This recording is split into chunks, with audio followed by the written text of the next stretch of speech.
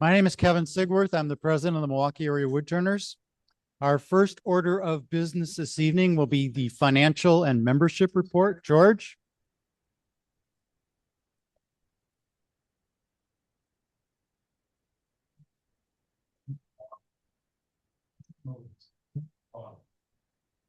Grown men leaning over barriers, arguing about whether their pickup shoes need bed.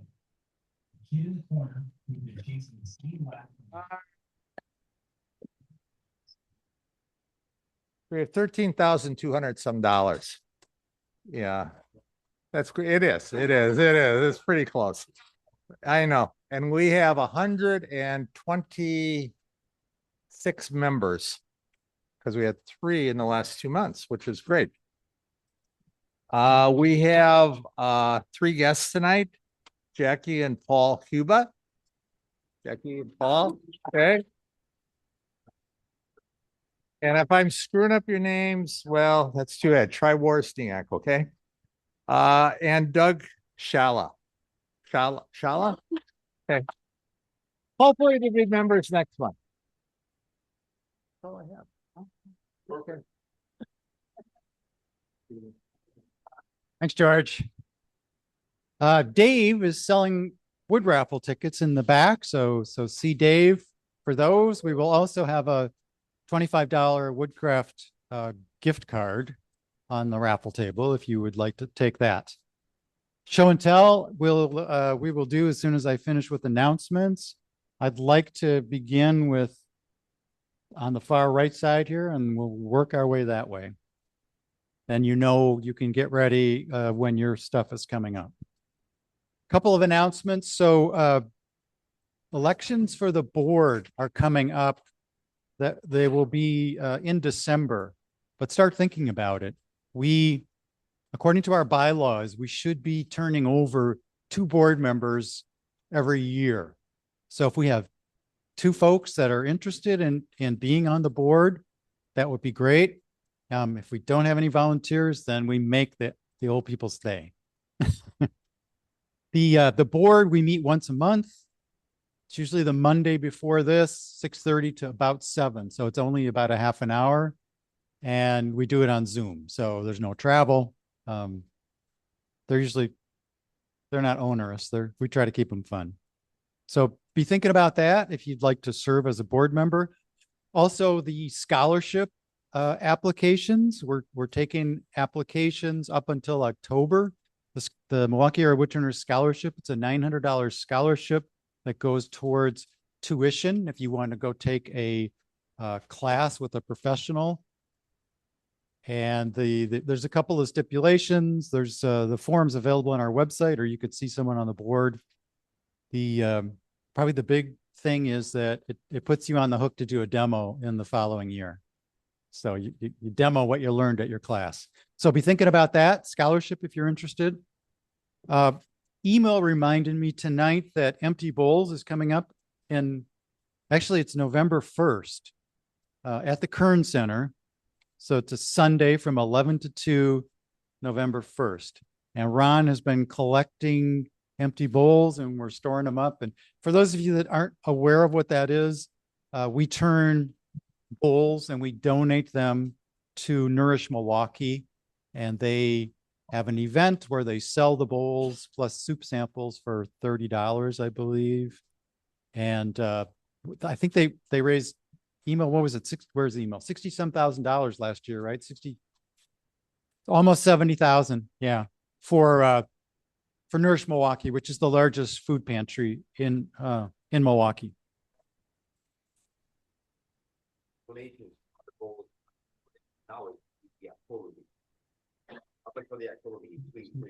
Yeah, up to the October meeting, because we'll be delivering them prior to November 1st. And we will probably be demoing again like we did last year. Last year, Tony Rosendahl and myself took one of our little Raycon mini lathes over there and demoed some bowl turning, which was great fun. The kids loved it. They wanted to know if they could take some of the shavings home with them. So that was, can I have some of that? Yeah, Fred. spending more than the company. Ron.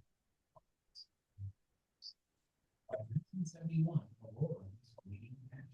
The consumer products giant Nabisco swept in and bought them. And that's when things got interesting. A man named Jim Russell had been running Aurora's R&D department. He was also the founder of Russell, one of the most respected names in professional slot car racing. Russell understood the hobby from the inside. He knew what made those cars great. And he hated watching corporate management drain the life out. Yeah. He built a lab. Russell set up a secret R&D operation. Because they're not, you know, she moved it, you can't, they're all finished, get into the man.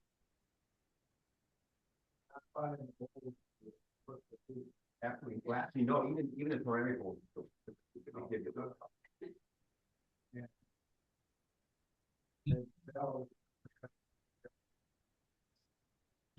Yep. We'll work on that.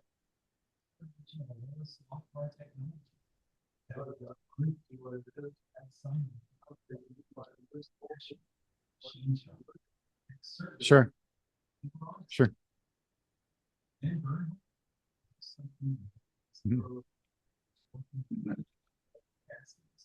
So yeah, if you're interested in learning more or possibly participating, see email. Email just kind of stand up so everybody can see who you are there. Okay.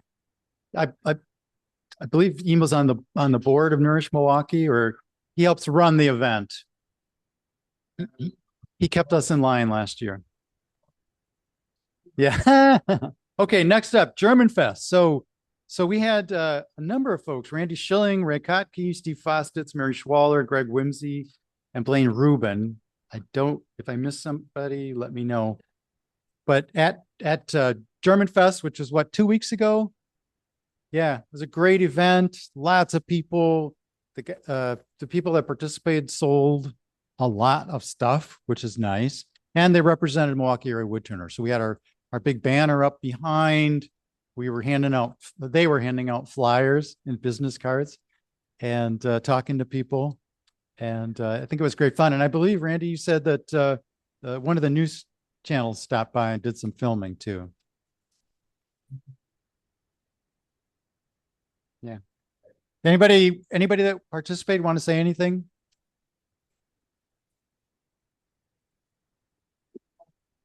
Yeah. Okay. Cool. Yep. Yeah, it's entertaining. So that's German Fest. We hope to do it again next year, same time.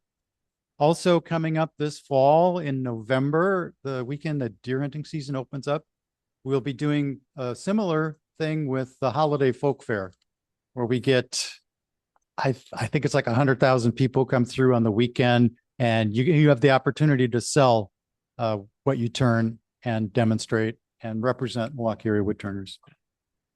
It's the weekend of deer hunting. So opening weekend. Yeah. Okay. Yeah, I don't know the exact date, but okay. Next. So next month, we do not have the normal Monday evening meeting again, just like last month. We are instead having Matt Monaco in from Missouri, and Matt is going to do an all-day demo on Saturday, September 26th, and then he's going to do hands-on classes on that Sunday and that Monday. There's only there's 20 slots, but there's only one lathe that's open. So we use our 4 lathes, plus we borrow 6 from Woodcraft, and we schlep them down the stairs. So that is Sunday and Monday. He's going to demo on Saturday advanced bowl turning. Plus he's going to do a segment on skew work. So he's going to throw that in. And then Sunday and Monday are, I think Sunday is the fine detail platter, and Monday is turn a wood pottery vessel. There's no regular meeting. It's just the Saturday demo replaces the regular meeting, and we're charging $45 because we're including lunch. September 26th. Yeah. Yeah. So it'll go out to the membership in the email that that goes out. We'll give you a reminder that there's no regular Monday meeting. Mary.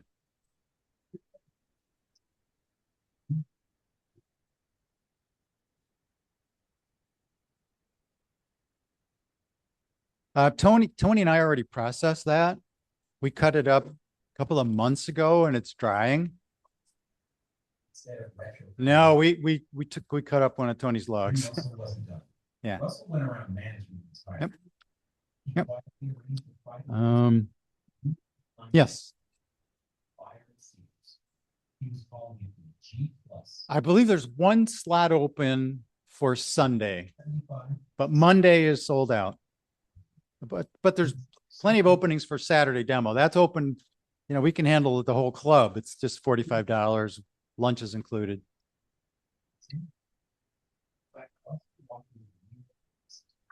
Yeah. Although you should probably coordinate with Tony. Tony is home ill this evening, just to make sure somebody hasn't already signed up with Tony. Okay. 75 hobby show, they doubled the retail price. They figured dealers would flinch. Yeah. Dealers didn't. Yeah, it's going to be awesome. He's got a lot of stuff on YouTube as well. So if you want to see some of Matt Monaco, Integrated into the design. Not yeah, it's going to be fun. He's going to demonstrate sharpening as well. So we're looking forward to that. We had a great event a couple Saturdays ago when Rob Nelson was here on a Saturday. That was a no charge because we did not provide lunch. It was a bring your own lunch. We didn't want to have two special events in 1 year where you had to pay. So the one last month was no charge. Okay, one other announcement. In the back, you see a whole bunch of wood. So the Wisconsin Woodworkers Guild has wood for sale. The prices are on the wood, and you put your payment in that plexiglass box right there. Shop usage construction box, right? Anybody from the guild want to add anything to that, or did I cover it? That's it? Okay. All right. Just want to make you aware of that. Okay. Best slot car chassis ever made. And they threw it away. Show and tell. They released the electric one. Who's up first? And when you come out, maybe put your stuff here and talk into the mic. Otherwise, the people at home on Zoom can't hear you. So, who's up first? Right here on the right.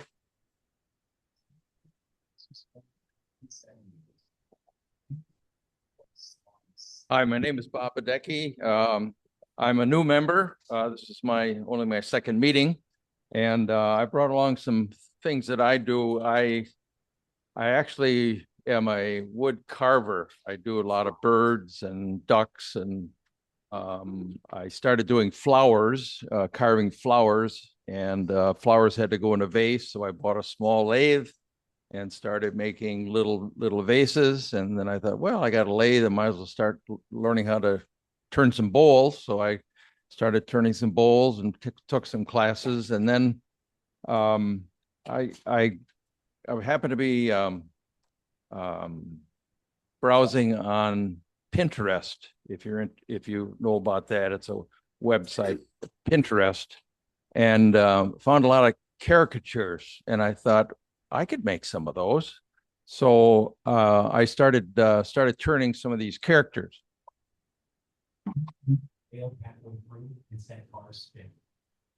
This, for example, is supposed to be a little penguin.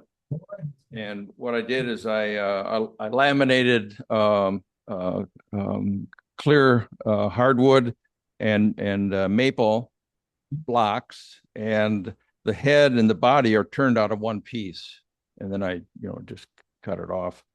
The little baby is one piece, and then I just cut out some wings and glued those on.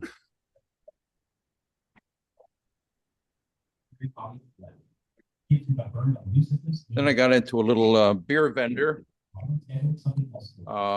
The head and the body are all turned out of one piece. I cast the legs out of acrylic. I turned the barrels, obviously. And and then the hat I made by hand, and then there's some little bottles here that were turned. The slot systems were ready. Um, Squeeze the margin to the phone. This was called the Royce slot margin. This is a little Santa that I did. Oh, sorry. This is a little Santa that I did. The body is one piece, the feet are cast, the head is one piece and then just glued on. And then obviously I made the little cart, and the Christmas tree is turned.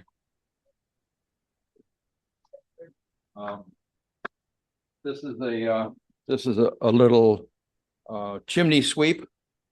Again, the head and the body are turned out of one piece. I turned the hat out of a separate piece and then just glued that on. The ladder, a ladder I just made out of wood. Wood strips.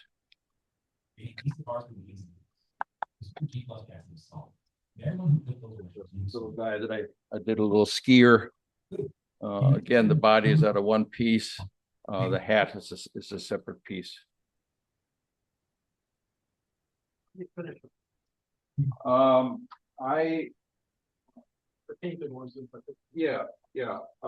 use acrylic.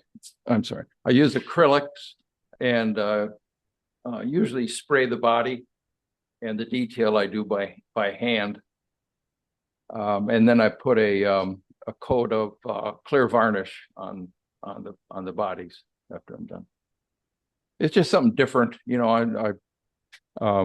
yes, I make bowls. I make lidded containers, but I got into this, and they sell very well. I go to a show in Cedarburg the first weekend of December, the holiday craft fair, and these are very popular. I sell a lot of them. So, thank you.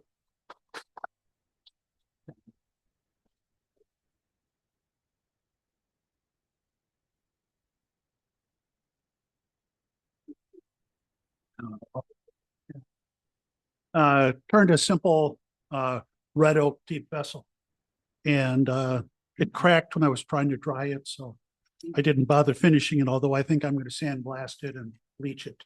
The flowers are cold forged copper. I made those up at the clearing this summer, so it's a great pot form.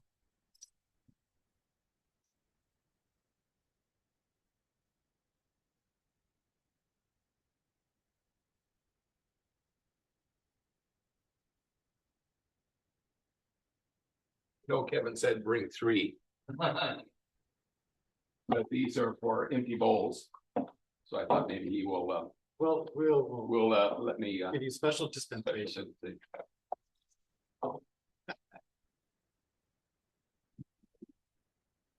This is a piece of cherry that Tony gave us a couple of blanks to turn for empty bowls.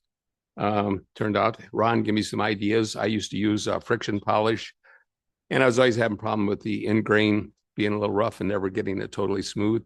And he talked about using the poly and then using the dust, not the shavings, but the dust from the sanding to fill in each time. And actually it turned out pretty well. So thank you for the tip. He also said that they had bigger bowls, but he had some small ones. And so what I did with that one, we turned a couple of small ones. Again, a piece of elm that Tony gave us to turn, but again, it was on the small side, and it turned out pretty good. It's a normal with an inside cut, thing. But I like the grain and things, but I thought it was a little small. So Ron again mentioned maybe packaging 2 together. So I turned out a little piece of walnut to. So I made a little package to do for empty bowls. So maybe people will say, well, it's, worth bidding something on getting 2 for it. And then I had somebody give me a piece of mahogany, and it turned out pretty good. There's not a whole lot of grain, but it's an interesting pattern that turns out. I didn't like the way the bottom was turning out. I had some tear outs and the grain was a little funny. So I put it in a cold jaws, turned the bottom off and made it flat. So it was totally different. So it made it turn out a little bit better. And then the other one was a piece of walnut that I had. that I turned some black walnut. And so again, I thought we'd get us empty bowls, and they have a variety of things to choose from. And I tried, he had a good, I tried poly, and I really like the way that works. But I also use on the smaller grain, I use a friction polish, and it comes out pretty good. So each one's a little bit different. Thank you.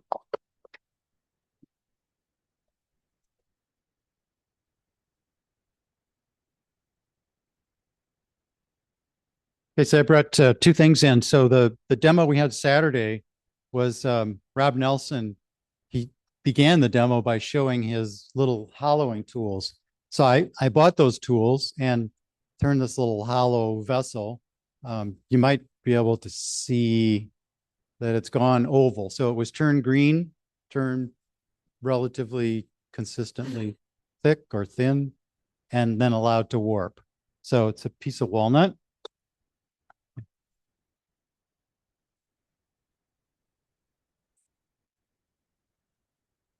I turned in reverse because that was Rob's recommendation. And I had to drill a hole in my chuck and tap it and put a grub screw in because mine did not come with that. It's a Vic Mark chuck, but it didn't have that. So I was able to turn in reverse, and it is very nice because it's very comfortable to stand here like this, and as opposed to having to lean way over and hollow. So, but well, this is my third try though. The first two are on the scrap pile because I went through about here because you can't see in there, and you're just sort of feeling it. And I was a little too cavalier with checking wall thickness, but the third time I was pretty strict about it. So I'm happy to have gotten that off. The finish is Osmo, which is a hard wax oil. And then this is a piece of, there's a little burl on a piece of box elder that Terry Albee gave me a long time ago. And I thought, well, that's kind of a neat looking little burl. So I cut it off, had, pretty nice figure in it. And so I just, I turned it, I dyed it all black, took most of the dye off with a negative rake scraper, then put purple dye on. And the top coat is water base because I was talking to Ron and I did not want to shift the color with the ambering of poly. So I sprayed the water base on with an airbrush because it's so tiny. It was just kind of a little, yes. Oh, for this. Yeah. For the, it worked great. I mean, it was working so well. I was having so much fun that I couldn't stop. And I went through the sides on two of them. But yeah, it works great. It's awesome.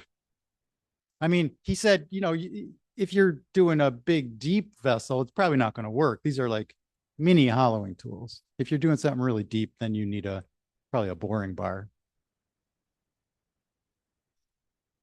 Yes. Yes. So I had to peel a little bit of bark off. Most of it was off. But then I just take a bristle, like a brass bristle brush, and I just do that to get all the junk off. And then that's just black dye. Because the first coat on here, everything was black. And I scraped most of it off here and in here. But what that does is it makes the figure pop. The black stays in the streaking that you see. Yeah, black and then purple. Yep, thank you.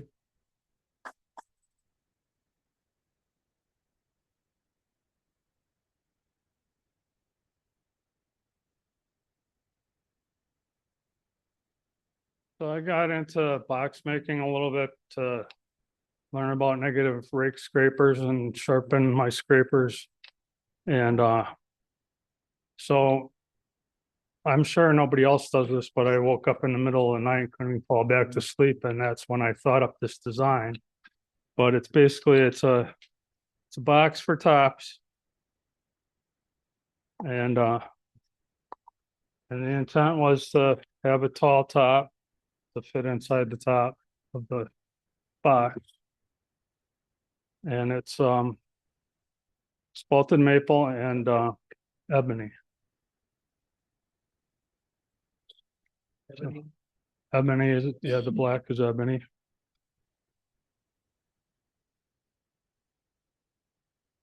So, thank you.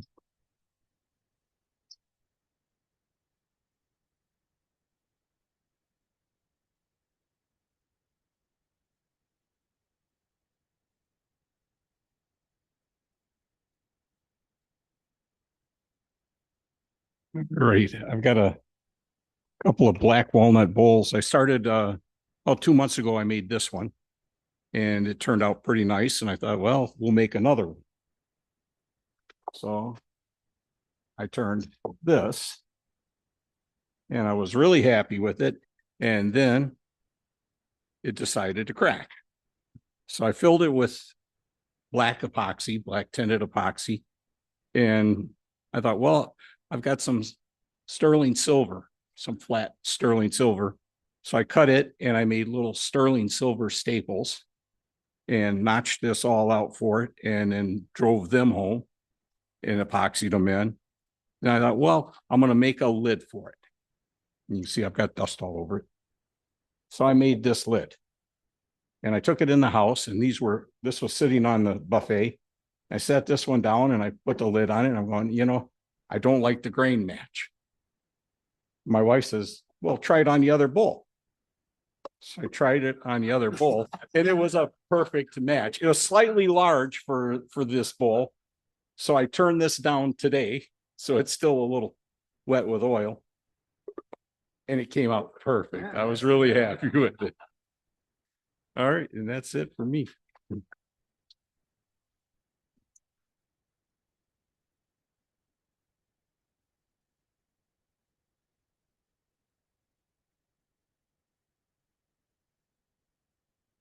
So I wanted to try my hand at Live Edge.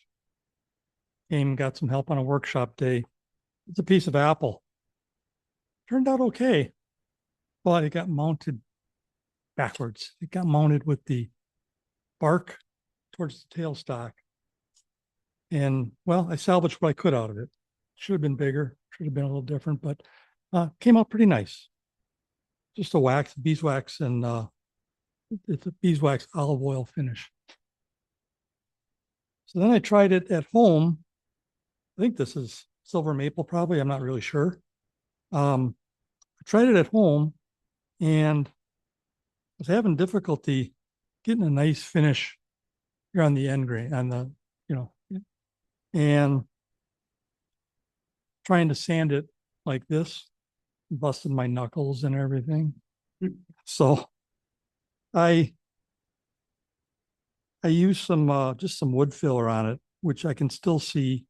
Not happy with it, but second attempt, first solo attempt at one. So turned out okay.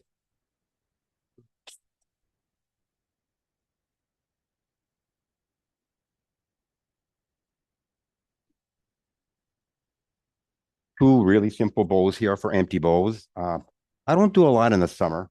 I'm outside, I'm up north, so I don't do a lot of turning.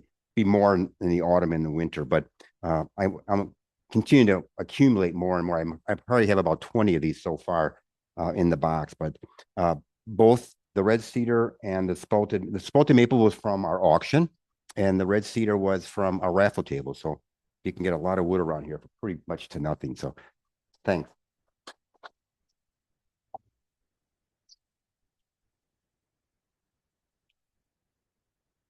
I went by Jim Andresen to get 2 tools and I ended up coming home with a trunk full of wood. So this was giant before, it was spalted maple and it was just like throwing sawdust. So I finally ended on this shape and I finally got a foot on it and was able to finish turning it. That's it. Nice.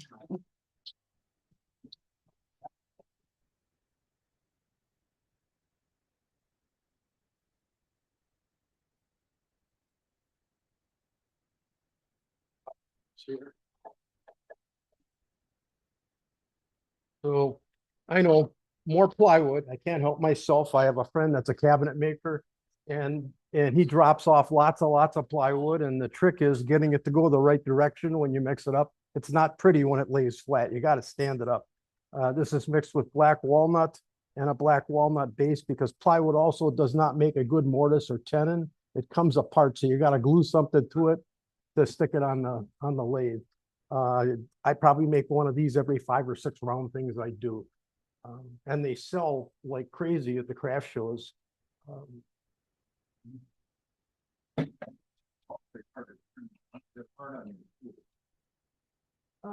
Not as hard as my tool management is. I'm a diabetic and I have neuropathy in both hands, so I go in kind of heavy-handed and I don't notice the difference between the heavy-handed turning and the material. Yeah, the other thing is if you turn the plywood flat and you're going in from the edge and you've got a curve or something, you're going to knock the corners off. It just happened. This is butternut from the auction last fall, and it also gets kind of brittle when you do a tenon or mortise and it shears. So I've got a piece of maple on the bottom that holds the chuck. I'm getting all artsy lately too. Black walnut, this was, if any of you belong to Worldwide Wood Turners, they recently had their square challenge. This was my entry to the square challenge with a piece of mystery wood underneath. I think it's some kind of maple, but I'm not sure. It came out kind of nice, but that's it. And then not wood, but if you turn pens, you know, mandrels are expensive. I like to do 5 or 6 at a time and couldn't see spend $100 on 5 of them. So I made my own. It doesn't have the Morris taper on the end. I put pipe fittings here, so it goes right into the inner jaws of the chuck. And you don't have to take the chuck off the lathe to do the turn. And if anybody's interested, I can bang one of these out for about $5. And over on the end table, our table saw blade height setting gauges. If you want to hold up that one there, there's about 5 or 6 of them left on the table. There are some center finders over there, and there are 3 of there's the center finder, and there are 3 green colored the angle gauges I've been handing out for a couple of months now. Over there, I just got to get a scissors to cut the wire tie that's holding them together.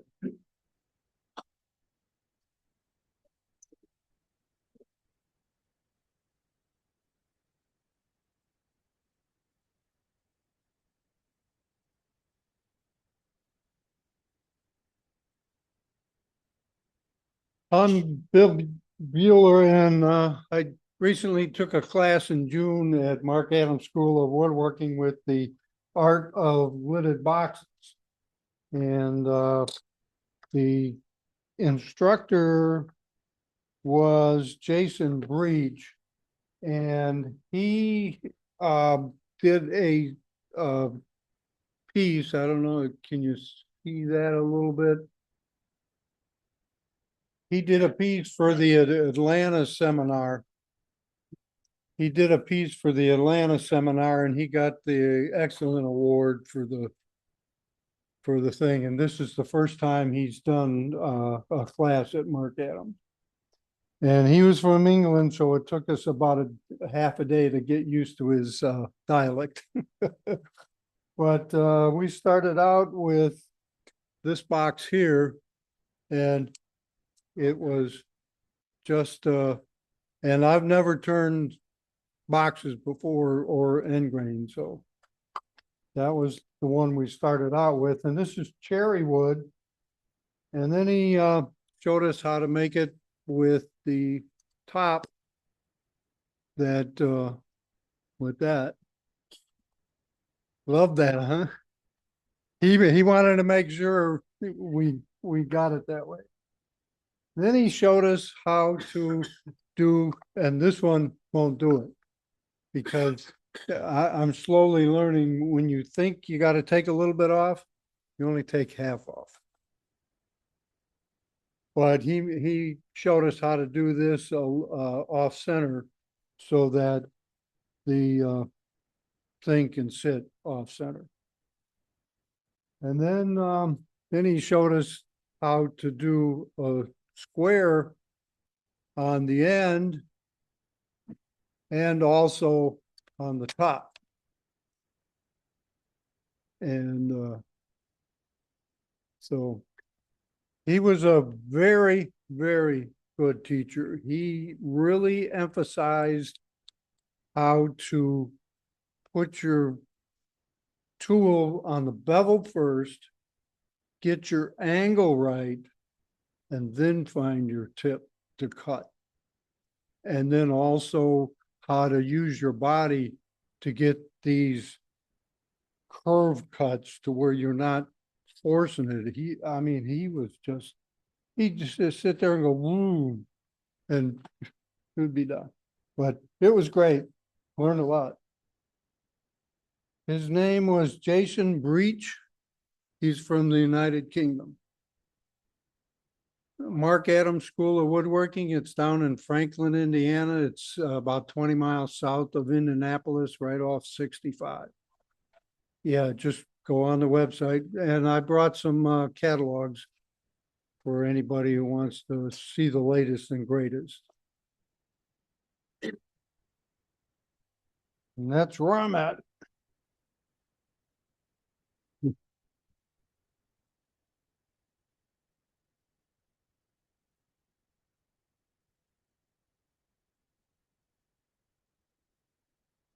Okay, some more nonsense stuff.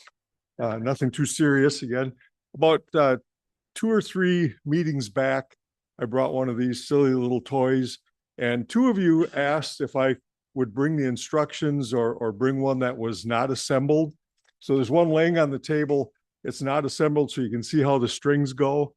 And I also emailed Jim Duxbury. That's who the plan was from, out of Wood Turning Magazine.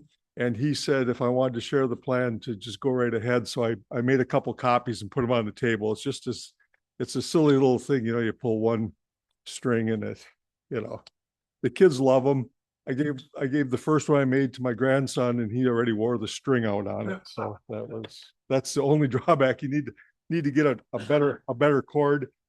And then last meeting I brought the big top out of wood, and I was trying to see how big I could go with the top out of wood before it would wobble. And I couldn't get beyond 4.5 inches where they would wobble because the wood grain is just too uneven.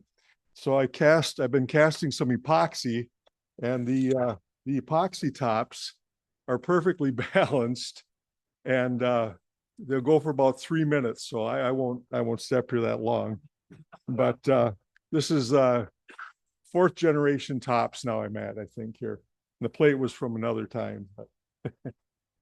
I'm gonna hold up the meeting if we wait for that. Okay.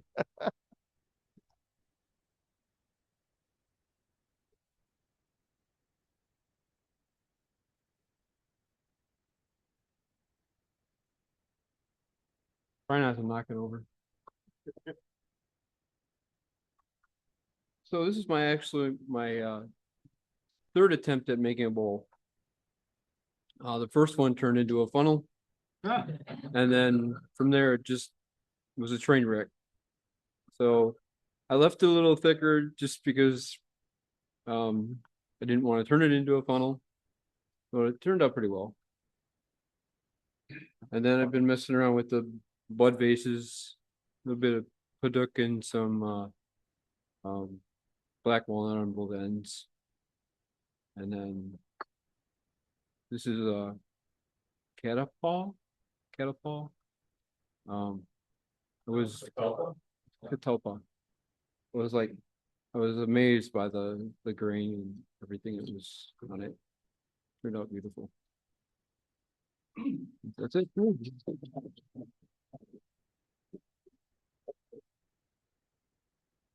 Okay, is that it? Anybody, do we miss anybody? No. Okay. One more quick announcement. The next open shop day is Saturday, August 15th. So Tony will be here. Contact Tony if you want to participate, and let him know what you would like to work on during the open shop day. Okay, so we've had a lot of requests over the last couple of years for demonstration of carbide tools. And we're really happy this evening to have Mark Dreyer here to represent Easy Wood carbide tools. And Mark is going to demonstrate them for us. So Mark, come on up.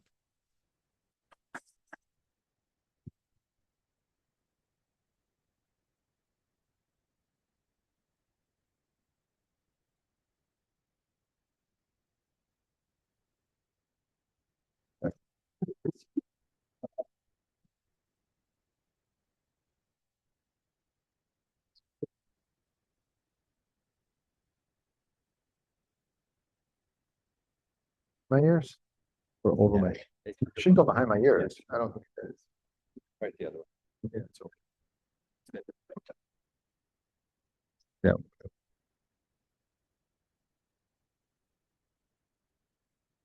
Better?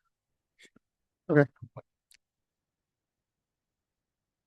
So I was wanting to keep it under 4 hours, so let's see how well I can do. Great. So first and foremost, thanks for having me out there. I'm gonna preface it by telling you guys that I do not work for Easy Wood Wood Turning Tools. What does that mean? That means you can ask me any question that you want about Easy Wood Wood Turning Tools, and I will answer them in all honesty. That may mean also there might be a question or two that you ask that I don't know the answer to. I don't care if that comes up. I've got all the contacts, and I promise you that I can get in touch and get you all the answers you want. I'm hoping over the next, I'm gonna guess we're gonna be about an hour. Hoping over the next hour that it will be very interactive. I am here not to sell you anything, not even necessarily going to teach you anything. I'm going to talk about stuff. I'm going to talk about the tools that I use. I'm going to go through the complete line of Easy Wood tools. And if you have, as I said, questions, please let me know. Just a little bit about my background. Anybody ever been to the Midwest Pen Turners Gathering? Anybody not? Why doesn't anybody come to that one? That's my favorite. So I run the Midwest Pen Turners Gathering in April, just outside of Chicago. I am more known as a pen turner than anything else. I have actually demonstrated by way of stuff to say. I've demonstrated for the AAW 5 times, most recently at the one up in Minneapolis. I do like the sign that you have back there on that one. And I also run the Learn to Turning event at the AAW.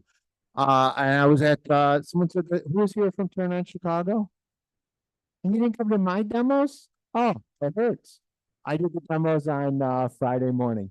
And if anybody wants to learn, I know this is last minute notice, but if anybody wants to learn how to do some casting and some turning, John Underhill and I will be down in Nashville starting on Friday of this week, and we'll be teaching some turning on here. I don't know if you guys want to see any of my samples that I brought. This is a simple pepper mill. Is this okay? I mean, I don't want it to keep bouncing. This is a simple pepper mill. Same thing like you guys are doing over there. Half wood, half acrylic. I love doing small sets. So this is the set. Anybody check, if you get a chance, check out the beading on these. The beauty of the beading on here is I'm going to show you at the end of it. I hate to say it this way. It doesn't take a lot of skill to do it the way that I'm going to do it. And so that's what we're going to talk about. And then I've got all my pens up here. And so I've got everything from watch part faces to just a bunch of pens up here. Feel free to come up here, check them out, ask me any questions on it. So the first thing that I want to ask is, how many people here actually use carbide tools? How many people here only use high-speed steel? Okay. So the biggest challenge that I always think that people always ask, and as I said, I would hope that this becomes very transparent and very open and honest with the conversations that we're going to have. I know that the people who typically use high-speed steel will say that they're not going to go and they're not going to switch off to carbide tools because you're really not cutting, you're scraping. I'm going to tell you, I don't think that's actually the truth. I think you're cutting, and I'm going to show you that when we're going to do it. So I'll go through the complete tool line. We'll talk about when do I use what tool. We're going to talk about the Easy Wood Chuck. And I know that Woodcraft doesn't sell the Easy Wood Chuck on their floor. I talked to them earlier today, but they have access to getting it through Easy Wood if you're looking for any of it. And on any of the products, we're going to talk a little bit also. I know that it came up earlier when people were talking about finishing and scratch removal on some of their stuff. I'm going to talk about Yorkshire grit. And you can play with any of this stuff if you want while we're trying it. But let's start with a simple, you know what, let's start with going through the tools and the tool line.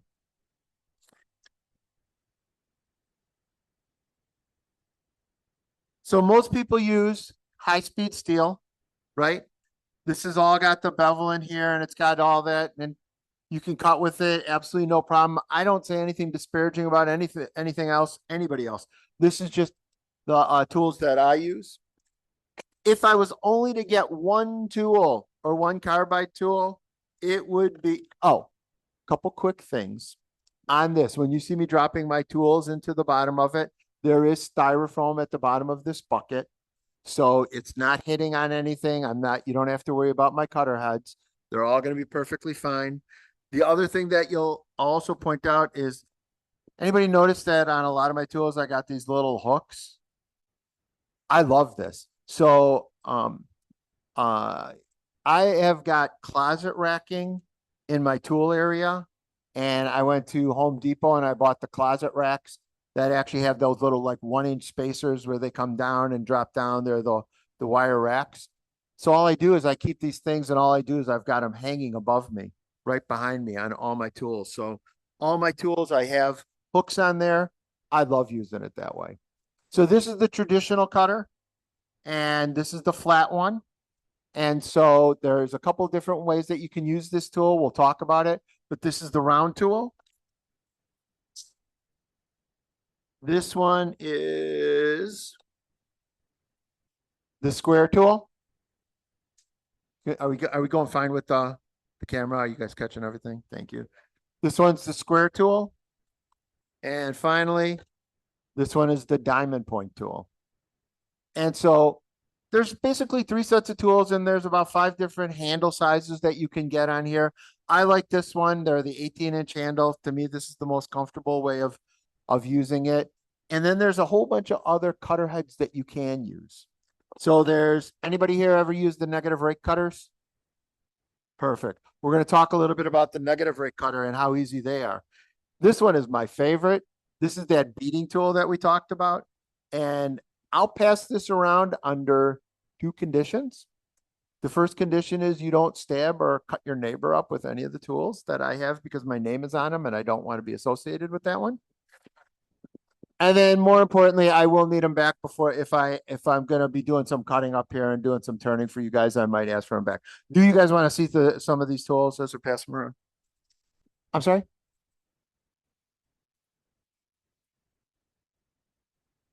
Yeah, I'm going to pass it on. It's basically a half moon. And it's cutter. One other thing that I'm going to mention, and I'll just mention it right away. Anybody else notice that there's tape on my handle? So this is just blue painter's tape. And when I talk about maintenance, and I'm going to talk about that coming up in a few minutes, about maintenance on the cutter heads, I use this blue painter's tape all the time. What do I use it for? Is when I'm turning, what I'll do is we're going to unscrew the tip. We're going to rotate the tip. That's going to get me the fresh cutter head. And I'm going to talk all about that. All I'm going to do is I'm going to mark a line on here and know that I rotated that cutter head. Because when I rotate the cutter head 4 times, I'm going to throw the cutter head away. So I'll know how many times I've rotated, so I know that I've got a fresh edge. Because I'm also going to talk about cleaning. And you're going to see when I clean this tool, you're not going to be able to tell the fresh edge from a non-fresh edge. So I will pass around, I'm going to pass around these. I'm going to keep the round tool because I know that I'm going to be using the round tool pretty quickly. Any questions so far? Everybody excited? All right. I'm sorry?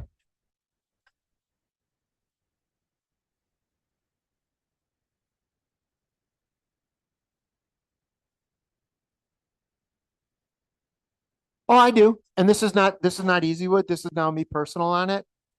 I know that there are other cutter heads out there that are doing them, and there are different price on them, right? I think the average, let's say the easy wood cutter head's probably plus or minus a couple dollars over, right around $20. Here's what I can tell you, and this is from personal experience, is we're going to talk about using that cutter. You're going to get probably about 20 to 40 hours before I rotate it. Then I'm going to rotate it. I'm going to get 20 to 40 hours. I'm going to get about 160 to 200 hours on that one cutter head before I rotate it. This is not personal. I can guarantee you any of those other carbide tools that you find out there are not going to get that kind of cutting head on it. It's just not. And I'm going to dispel another rumor that I hope does come up, and we can talk a little bit about it, is sharpening. People always say that what they do is they'll take it, they'll put a little oil on it, they'll put a little diamond hone on it, and they'll rub it around there. You're not necessarily sharpening it, you're honing it. And all I think you're going to get is maybe a couple hours more of turning on it. And at some point, I do throw it away. So, and I've had long conversations. The best part about my job with Easy Wood Tools is Chris and Christy are, I believe, personal friends of mine. If you come down to the Midwest Pen Turners Gathering, they will be there. You can talk to them directly. Christy has done some demos for me. It's kind of funny. I do demos for her. She does demos for me at the MPG. So this works out pretty well on that one. So as we get into it, if you have more questions like that, please let me know. And I promise you that I'll answer them to the best of my ability. But I only use the Easy Wood cutter heads. And then, another price point that I want to talk about is, if I was to use this tool, right, it's my, if I'm going to use my traditional spindle gouges and things like that, what else do I have to sharpen? I need I know you've got one here. I need a sharpening center, right? And so I might don't get me wrong, I've got a Tormac and I love my Tormac. But I've got a Tormac for when I'm sharpening any of these kind of tools. And then you got to have all the different kind of holds and stuff like that for things to go like that. Then we're going to talk about beading, and we're going to talk a little bit about a whole bunch of other stuff. I'm saying at best you're going to get is a hone. At best you're going to get is another hour or two, and point blank, you're not sharpening it. It's carbide. It's not intended to be sharpened like high-speed steel and use those gauges for it. That's my opinion. Any other questions? Yes, sir.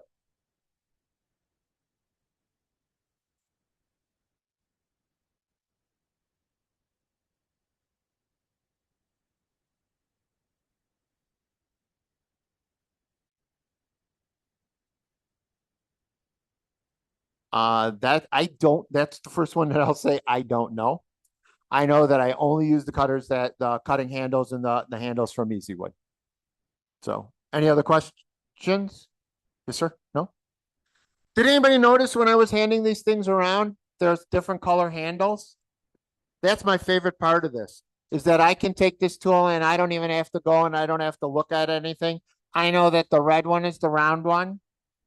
The orange one is got the flat for the square cutter or the beading cutter, and the yellow one's got the diamond. So to the question that you just asked, if you notice when you look at this, this is actually grooved or keyed for that cutter head.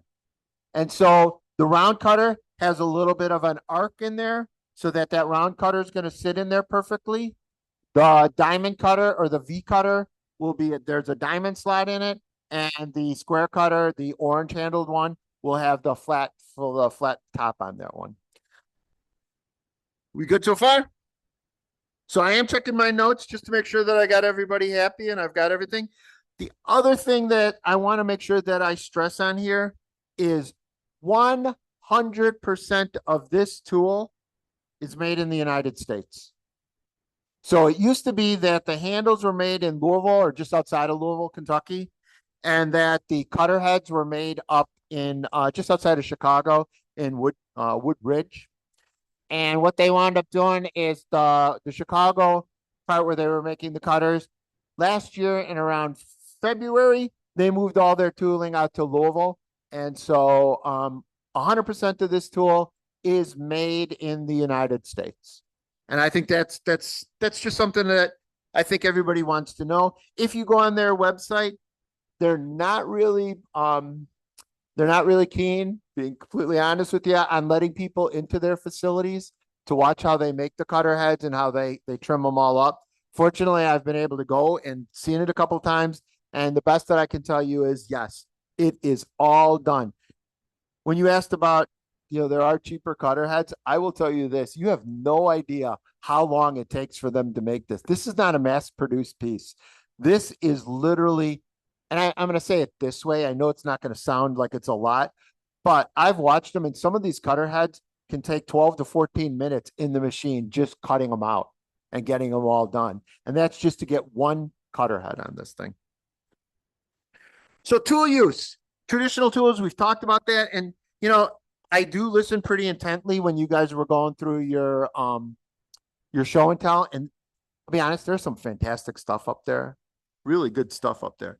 And so this is my favorite part of doing this demo is anybody know that when you're using a spindle gouge, right? You've got a ABC, you've got to anchor, you've got to find the bevel. And then one gentleman was talking about the thing that he learned in the class was actually finding the bevel, finding your cut, and then introducing the tool into the cut and doing your cuts. When you're doing a bolt cut, you probably know that you're going to dip it, you're going to find the edge here, and you're going to rotate it around and pull it in and all that other stuff.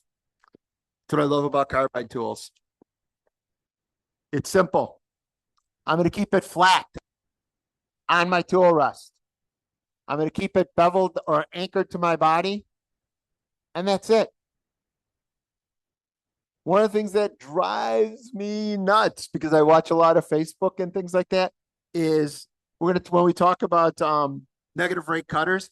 Has anybody here do anything on Facebook? Ever watched anybody turn on Facebook? Anybody ever see someone's? Oh God, it kills me that I don't even want to say this. Well, you don't need that. You don't need that negative rate cutter. What you can do is you can emulate the negative rate cutter by actually introducing the tool at this angle, right? Have you guys seen that? And I see people do it. All you've done is thrown it halfway across the room already. And if anybody can tell me, I cut my teeth as a traditional turner. As I said, I've been turning 30 years. And I know at the end, someone on the way out is going to go, huh, for 30 years, I thought it'd be a little bit better than that. But, so you pride yourself as the people use high-speed steel, you pride yourself on muscle memory, right? And knowing exactly where that bevel is, where you're going to be making that cut, where I've got everything anchored. Same thing with this, but it's just flat. And so I don't want to ever see the tool go like this. I don't want to ever see the tool go like this. I teach this. We teach a lot of kids. So if you ever get the chance, I've been here for the pen making group. Come November and December, I've been upstairs the last couple of years for Woodcraft here and teaching or demoing for Easy Wood Tools up there. And so I have a blast.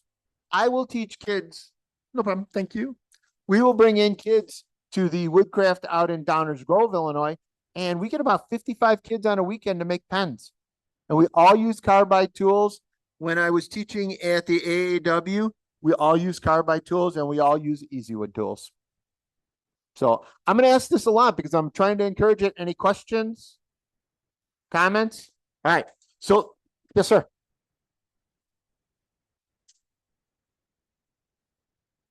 So the question is, does the Diamond Point have a negative rate cutter? The answer is, I've never used it, and I would have to look at that one up for you. I don't think so, but I can look that up and make sure that I find that out for you exactly. Anything else? All right. So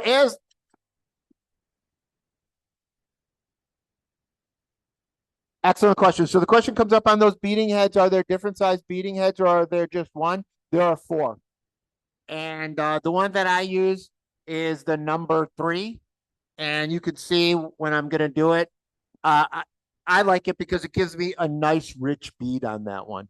They've got, obviously 2 smaller and 1 larger. Anything else? Yeah, there's a little bit of a glare here, so that's why I'm trying to, or maybe my glasses are just dirty. So if I don't see you, I apologize. Do they all work on the same handle? They all work on the orange handle. There is a couple things that you need to know when you're doing it. Depending on the size handle, your cutter heads will vary. The beading cutters will only work on the 18-inch and I believe the 16-inch handles. They're the CI2s. There's a CI number on all the tools, and you'll see the CI number on this one. The thing I like about this tool is it's got 2 handles, really. And so if I'm doing something detailed, I can hold it up here. If I'm doing something a little bit bigger, I'll hold it back here. And then finally, if you're going to get into turning bowls and platters and things like that, I love this cutter. And so this is not just because the tool says it's exclusively made for me, Just saying, I don't love it just for that. But this is my favorite cutter. It's a CI5. It's got a really small cutting head on here. But if I'm doing anything with end grain, like I'm knocking out a bowl, you know what? Maybe I'll pass something around. Yes. Yeah.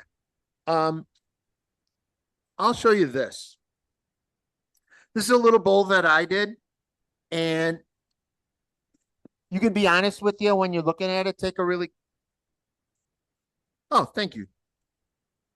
So the Easy Detailer does have a does look like it has a negative rate cutter on it. So I apologize for not knowing that one right offhand. And yep.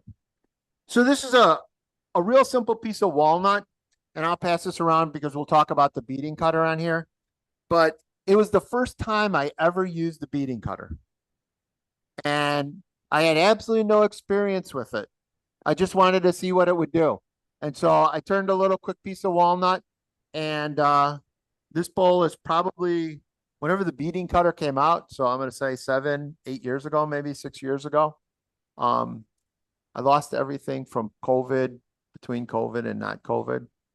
And so, you know, here's an odd little thing that happened during COVID is when I talk about safety, I'm going to talk that I always wear a face shield and I always wear a mask. I'm not going to wear a mask tonight because you won't be able to hear me. But I also have a YouTube channel, and I was using these N95 masks back in 2018, 2019, and I have no idea who found me on that YouTube channel. But when the entire country started wearing this thing, I thought to myself, hey, that was something I brought to the entire country, was wearing these N95 masks. I was like, holy cow, Mark, the power of YouTube. But if you want to take a look at it, walnut is, you know, as the professional turners in here and some, walnut is not necessarily the hardest wood to turn, but it's not necessarily the easiest wood to turn, right?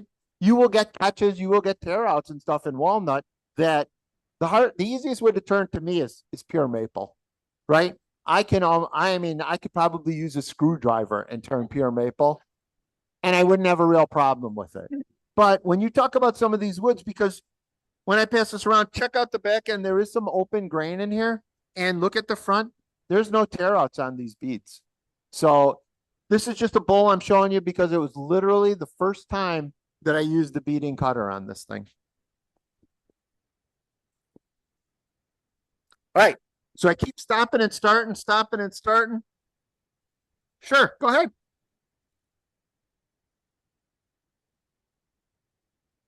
Yes. Yes and no. Okay, so let me say it this way. It will require a little bit more skill, but have I done it? Yes. Do we promote it as that? I don't know that they do, but what you do is you wind up the hardest thing to do on that, to do the captive ring, is to actually you have to stop at one point, turn your tool rest so you got a real nice cut on it, right? If you're using a designed tool for that, it's got that little S hook in there and you're going to do it. What I'll wind up doing is I'll make the piece that I want that I'm the captive ring proud. I'll cut it in this way. I'll groove it this way, and then I'll move the tool rest that way to get it and that way to get it. And I've had it work, and I've hadn't had it. Best I can tell you is I haven't had a problem with it. I don't do it a lot. It's always one of those things that, is this thing on? Okay. Can someone help me get this one on there?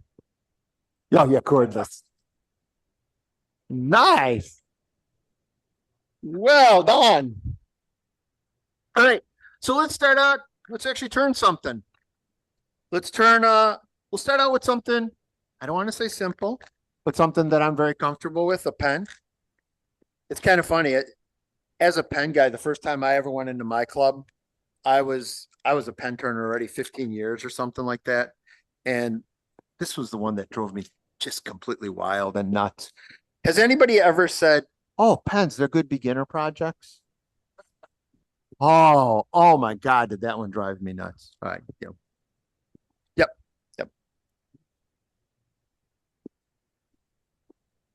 So the system that I'm going to use, it's a turn between center system. It'll lock itself down. I literally have this exact same lathe. I've got the Powermatic. And the thing that I like about it is it's a workhorse. I have had mine. I've got the 90th anniversary edition. That was one of the ones that were all black. And I love that thing. So I'm going to use a bunch of different tools. We're not going to finish anything. We're not going to complete anything. I'm just going to give you some ideas on how I work with everything. So does someone have I have it back up here. I'm going to start with the square cutting tool. I find I love this in wood and to do this cut. And now what I'm going to do, the cool thing about the square cutting tool is that there's sharp edges on all sides, right? And so what I'm going to do is, you know, I know that they talk about push cuts and pull cuts when you're using a traditional gouge. I am literally going to just take this in and I'm going to pop and go down all the way. So when I set this up, there's not a lot of magic to it. We don't have a smaller tool rest, do we? A shorter tool rest? Yes, no?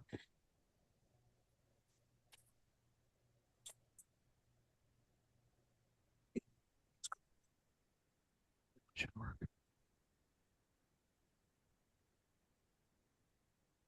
Oh. That's the smaller tool rest that someone already had up here for me.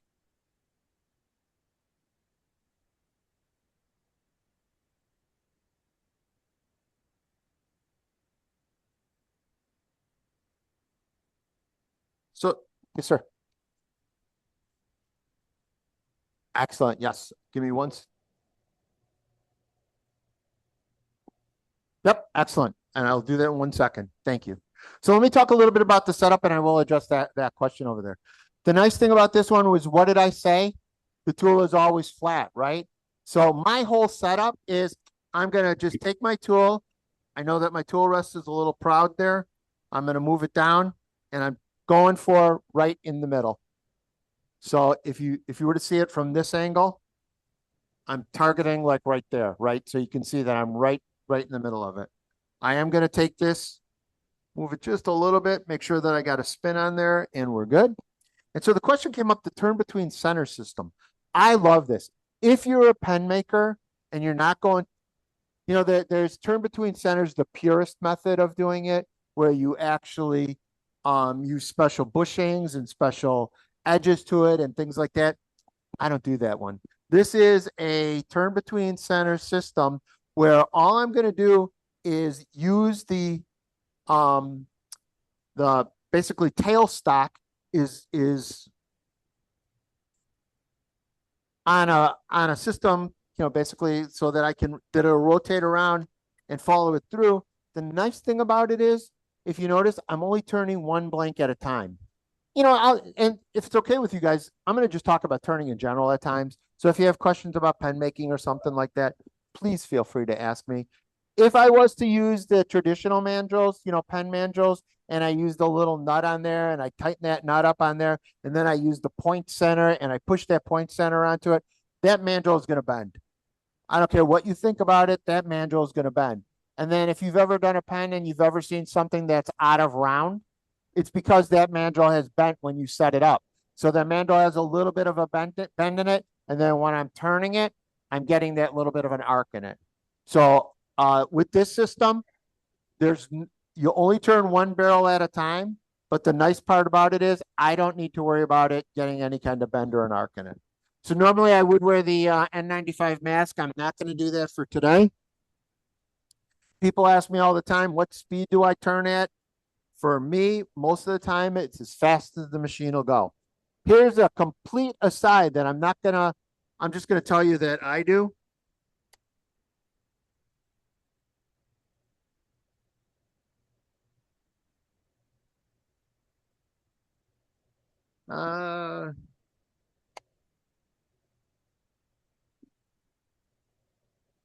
Is it okay? Can someone change the belts on this while I'm talking? And move it up to 3,500 so I can talk. Is that okay, sir? All right, thank you. One of the things that I'm going to talk about is I don't ever turn off my lathe. If I go home tonight and you go over to my house, first thing I'll ask is, what are you doing in my house? But the second part of it is I will tell you, if you go down to my house, my lathe is on. It's on all the time. I never use that on off button. I don't need the on off button. All right. I will take the lathe and I will turn it down to 0 when I'm done. And when I want to start my next project, I will turn the knob up to the speed I want it. Anybody have a guess why I do that? So I do a lot of different projects, right? And so if I'm turning a pen and I'm at 3250 and I chuck up a bowl and I turn that lathe on and I just push the button, how fast is that bowl going to be spinning? 3250. Anybody want to be standing around a big bowl turning 3250? No. So I know it's a little bit of a, I don't want to say it's a nuisance, but it's just a real easy safety technique that you can get. So all I do is I'll turn it off, I'll turn it on. I'll turn it down, I'll turn it up. I never, ever, ever turn my lathe off.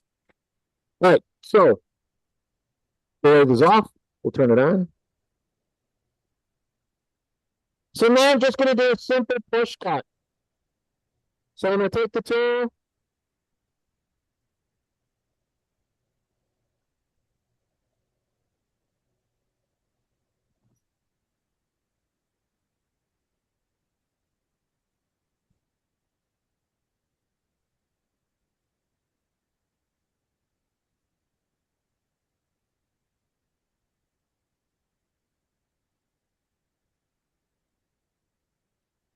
I can rotate it side to side.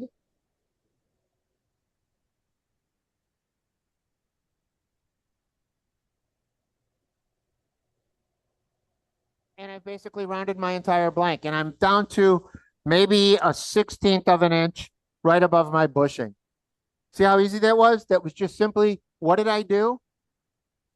Is I took the tool and I didn't introduce it all the way, every about quarter of a blade length. And I'm going now, you probably saw it from above, but I'm showing it to you now the way I did it. So the blank is spinning and I pushed it in a quarter, quarter, quarter, quarter, quarter, quarter, and moved it all the way around. And I don't know that you can round a blank any faster than that.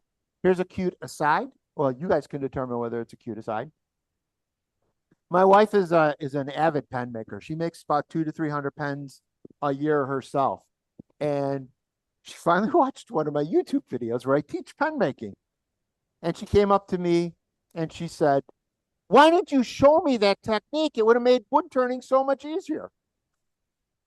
And I said, "Why don't you watch my videos like everybody else does?" So someone had a question? Yes, sir.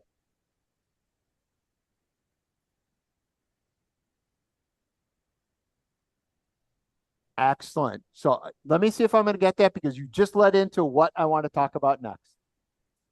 So a couple things that I want to, so people ask about my technique and how do I do it. So when I'm doing it, I am on the full flat on my cutting edge when I was doing it and I was pushing it in. Anybody else notice where my hands were on here? When you see a demonstrator, it's always, so I know that, people talk about beveling and holding this other stuff and holding it up here. I don't do that. If you notice when I was making this cut, the tool was completely anchored under my arm like this. And I had this little finger pointing out. And so when I was making that cut, I simply went in, did this, did this, did this, did this, this, and I'm done. And so this is anchored up underneath here. So I don't ever have to worry about it going anywhere. And I have perfect control with this because if I was to write with a pen, I wouldn't hold the pen back here, right? I would hold the pen as close as I can to here. So when I'm doing it, I can either do that push cut that way, or you'll see that, and I'll do it again. I'm going to amplify it again when I'm doing the round cut now, that I'll hold it here and I'm going to get that in that way. Yes, sir. Yes. So excellent one. Thank you for the prelude. I'm going to switch to an acrylic blank. Anybody else have any questions? Yes, sir.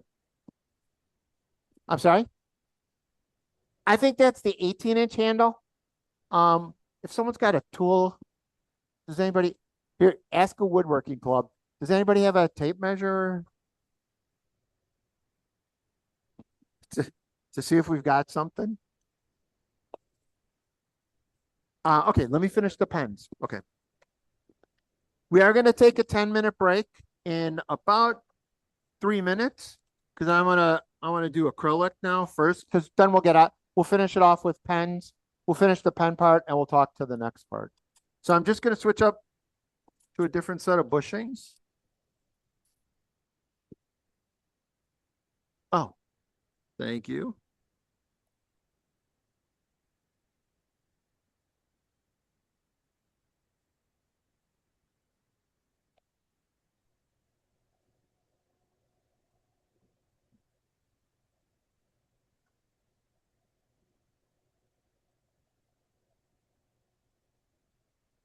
I'm going to switch tools, right? The nice part about it is I didn't have to change the headrest. I didn't have to change the height. I didn't have to do whatever. I'm going to switch to the round cutter. And I don't want the negative rake one. I'm going to use the traditional round cutter. And I'm going to show you how I turn with that traditional round cutter. And so I'm going to do something completely different with this one, just to show you that my technique is a little different. And this is how I turn acrylic. Is now I'm going to do kind of I call it the same thing with, oh, someone asked about the length of these things. This is 12, 13, 14. The handle, the full top to bottom. You think I know this offhand because I use this every day? 12 and 4, about 16 inches. It's the 16-inch handle. So now I'm going to do something completely different because that's the thing I like about acrylic, right? When I'm working with wood, there's grain, right? And everybody says, you know, don't do an uphill cut, don't do any of the other kind of cuts. Nice thing about this now, when we're talking about acrylic, there's no grain. And we don't have to worry about which way we're doing it. So now I'm simply going to do 3 different cuts. I'm going to do a push cut where I'm just going to push into it and I'm going to scoop over, push into it, scoop over until I get the blank round. And then I'm going to show you the other 2 cuts. Same thing, the way it is down, simply going to crank it up. I'm going to let it come to speed. I'm going to push this in.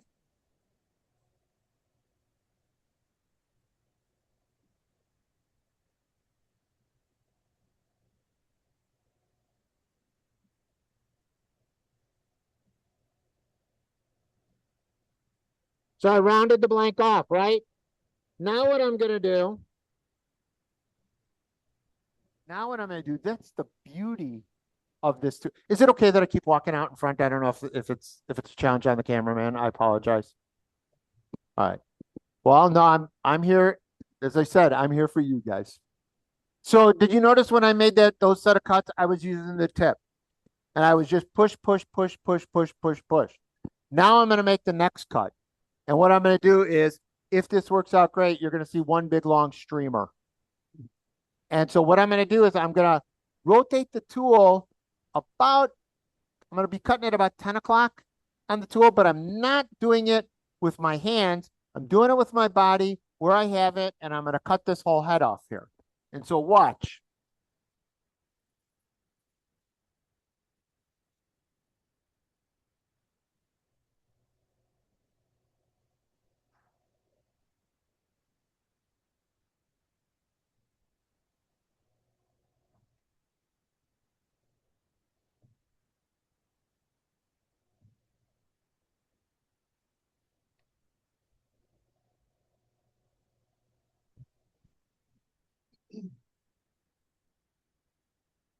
So I'm going to. So, oh, it fell when I dropped it.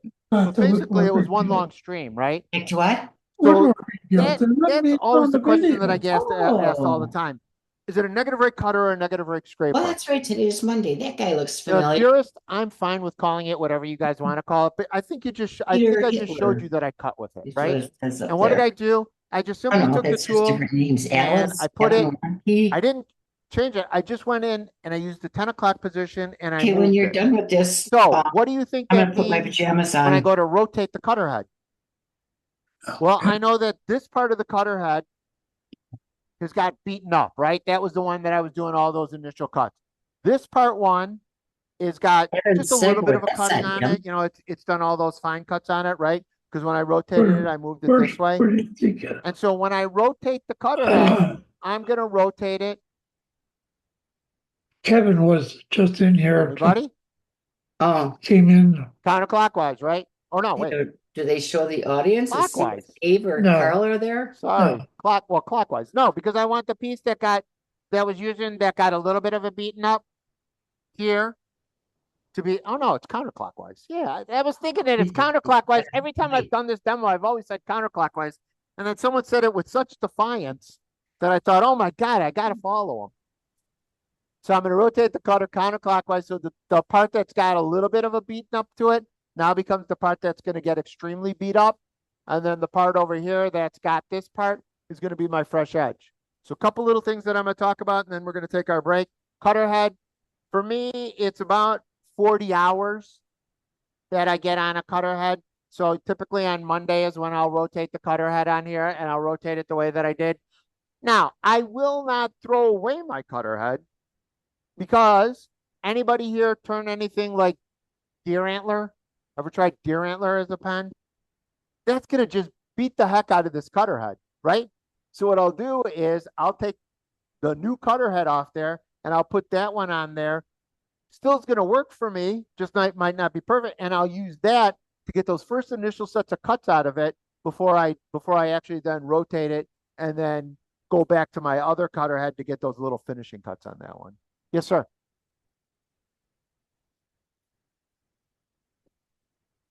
I am using the standard cutter head.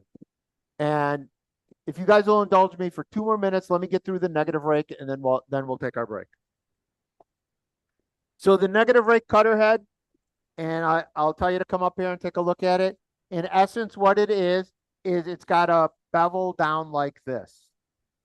So if you're challenged with turning acrylics or you know, like those things, those hybrids where I've got hardwood and I got the dense wood, then I got the soft acrylic and everything else. If you're challenged with that, I'm going to tell you, if you try to use the negative rake cutter, just is my opinion, you see how quick I could cut with the other one? It'll take a lot longer for you to cut with it. So what I will tell you to do is use the traditional cutter, get it down to about where you're going to want it. You know, give yourself about maybe 1/8 of an inch, 1/16 of an inch proud, and then go to your negative rake cutter for that final cut. And people ask me all the time, how quick can you do a pen? And how quick can you turn it? You saw me turn it right there. From start to finish, if I'm going to do this one and I'm not putting a CA finish on it, I'm just doing a traditional Novus 2 buff and polish on it. I will do a pen. I turn on 80s on 8 on my radio, and every song I can pretty much get a pen done. Except if it's a Meatloaf song, I get 3 pens done. So that's how that works out for me. And I'm pretty honest with you. If I'm doing the wood pens and I'm going to put the CA finish on it, I'll do all the turning. And then if you haven't done this one, if you're a pen maker and you haven't done this one, here's a tip that has nothing to do with Easy wood turning tools. I went to Michael's and I've got a bobbin rack, you know, for sewing or I don't know what that is, but it's called a bobbin rack. And then I'll have all my pen blanks on that bobbin rack, and I'll have them lined up so that when they're down, they're always the middle. So the bottom of the top is touching down, the top of the bottom is touching that, so that I always know where my orientation is. And so what I'll do is I'll turn all my wood ones, I'll sand them all down, and then I won't finish them. I'll finish them later. And then at least I know when they're on there, that when I want to bring them on to finish them, I know my orientation. So I am going to be very respectful and go for the break. How long a break are you going for? 10-minute break. If you have any questions that you want to talk to me now, fine. At the end, I will also stay here a little while and answer any questions that you guys have. So thank you for the first part.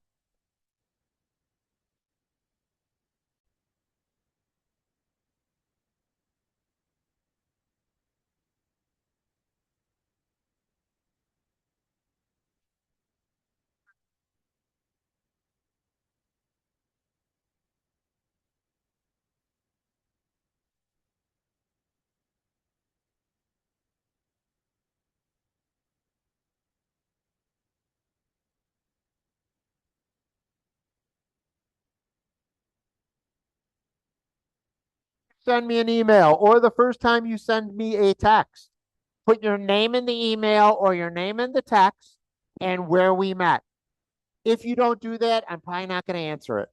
Only because I get a lot of texts, I get a lot of emails, I do art shows every weekend, and you can imagine just like junk mail, there are junk texts and junk email. And so if I don't get that, if I don't know from you or who you are, I'm probably not going to answer it. So we only have about what, like a half hour, right? Not even. So I'm going to fly through a couple other things. There was a couple questions that someone asked me that I said I wanted to address that were on the TV. What, sorry, on the audience. What, does someone remember what those two questions were?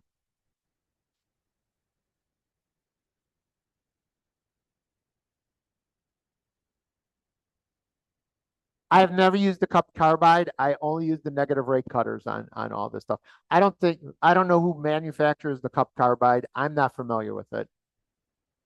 Yes, sir.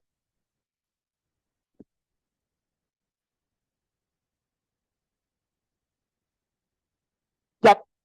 So everything that I'm doing, as you can guess, is a little bit backwards. So when I was talking about it and I was talking about 10 o'clock and everything else, let's do it this way, even though this is the negative rate cutter.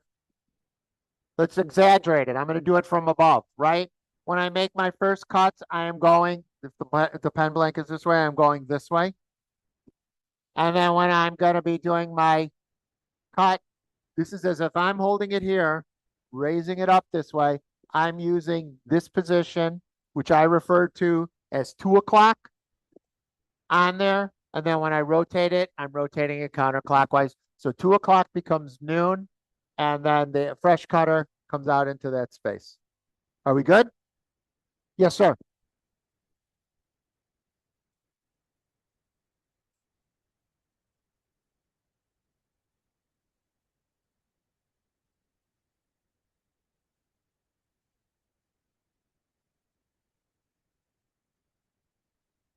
So that's an excellent question. So the question comes up, if I'm going to be using my tool, Easy Wood tools, or I'm going to be using traditional tools, do I notice any starting grit? Is that fair enough to say when I'm starting my sanding and starting grit on here? The answer is, I don't know, but here's why I don't know. When I do my turning on it, here's what I can tell you. Someone came up and took a look at the blank. I didn't spend more than, I probably could have made 1 or 2 more refining cuts on that blank. I will start my sanding at 200 grit. So I'm pretty far down on my grits, sometimes even 220, 320. I can start my sanding on it. Remember, this is the silliest thing that I'm going to say all night is sandpaper is not made to cut. Sandpaper is used for sanding. It's not called cutting paper. It's not called, I'm going to refine my shape with this piece of paper. It's called sandpaper. And I am not going to push on it really hard. I'm going to do some easy turning on it. So hopefully that answered your question. I may have over exaggerated some of it, and I appreciate your tolerance. Yes, sir.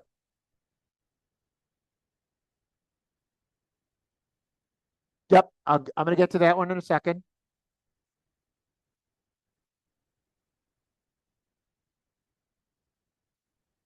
No, that's an excellent question. Am I rotating at 90 degrees or am I rotating that cutter 45 is the question that you came up. I will tell you, I think about it this way. I'm never doing it 90 degrees. I'm doing it even sometimes less than 45. So I normally get 5 rotations on my cutter.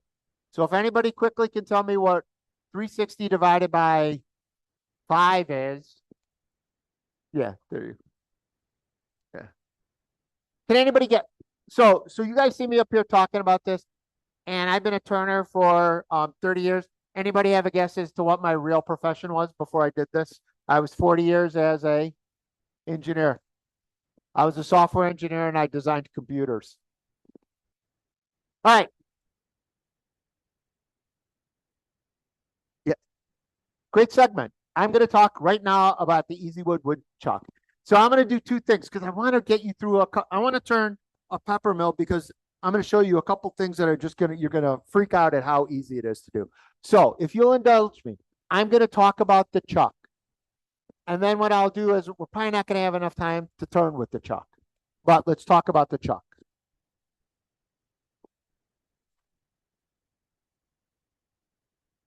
There's only 3 of these in the world. 3 people in the world that have this case. I am one of them. My favorite thing is I love this Easy Wood chuck. So, a couple things about it is when I go to put it on here, oh, sorry. I want to put it on the ring. There's an everybody has the anti-seizing ring just so you don't tighten it up too tight. There we go. Anybody here? How many people have a chuck? Everybody use your chuck? Be honest with me, all right? Because I'll tell you, I used to do it. Anybody ever go, you know what? I really should change the jaws on this to do the next step, but I'm not gonna because it's gonna be real quick. And nothing good's gonna come out of that one. So the beautiful thing about here is all I'm gonna do now is let's say I'm gonna mount something on there. So here are my jaws, right? This is my jaw. And the weird thing is when you're using a traditional chuck, what do you have to know about the jaws? They're all numbered and where they're going to go and how they're going to go in. I don't worry about that. I'm simply going to do that. And there they are. Now, the cool thing about this, did someone say whoa? We haven't got to the whoa yet. Anybody ever go to try to mount a bowl and go, hang on, and got to hold it like this? And I gotta get my tool in here and I'm going to hold it like this. This has a speed ring. So if I just go like that, can you see? All I got to do is it's got a speed ring. Once I get that in there and I've got it engaged, then I'm simply going to open it this way and tighten it in. So I will give it a couple cranks like this. Now, when I get to that part where I said, oh my gosh, I want to do something and I want to switch to some other jaws, I'm simply going to go like this. I don't have to worry about the numbers on anything. And I'm going to pull out, maybe I want to do something where it takes me longer to put them in this nice box that I have than anything. Let's say that I want to use, the longer jaws for something else that I'm going to do. You can use these for drilling pen blanks.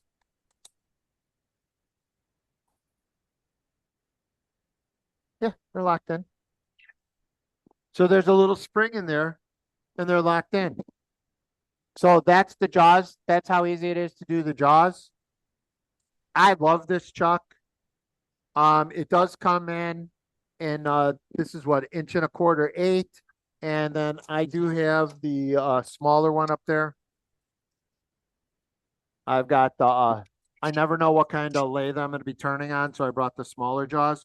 The cool thing about it is these jaws will work on either of the these jaws will work on either of the lathes. Anybody ever here do any kind of bottle stopper work? I love this. So this is their new bottle stopper.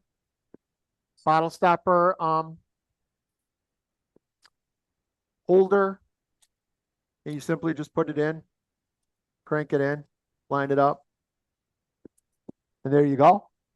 I'm going to say this, I got to test this and I was on the team testing it. And I don't know if they listened to me or not, but they were very nice about it. And they said they did.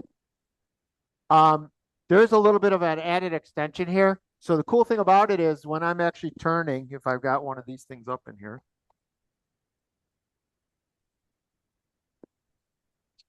And I got my bottle stopper on there.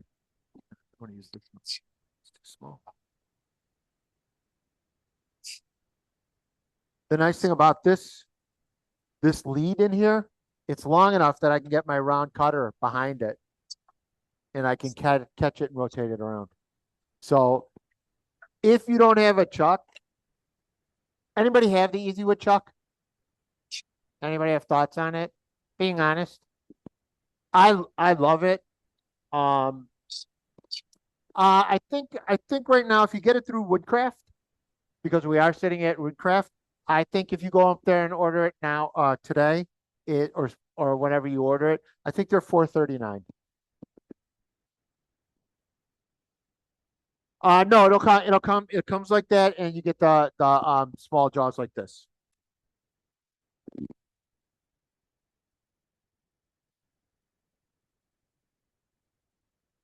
So there's two different this is the 1.25" 8. Is that what we're talking about? And then the C100 or the C1000 is the I think this is the 1-inch. If you're gonna do anything else, there is another. Yeah. It will also come with a worm drive. So the worm drive is also included on here. And it's got two different sizes on the worm drive. And once again, coolest part about this thing is I can spin this open. Put the worm drive in there. One-handed, spin it closed. There you go. And then lock it in. So this is just kind of the one thing, right? So when I told you guys the price, a couple people went, what did I hear? Whoa, right? So there's an old adage, right? So there's an old adage about tools. There's an old adage about everything. So, and what's that adage? No, I got a better one. I got a better one than that. Hang on, I got a better one than that. The old adage is, right? I can cry once when I bought it, or cry every time I have to use it. So I will tell you, I would err on crying once when you bought it.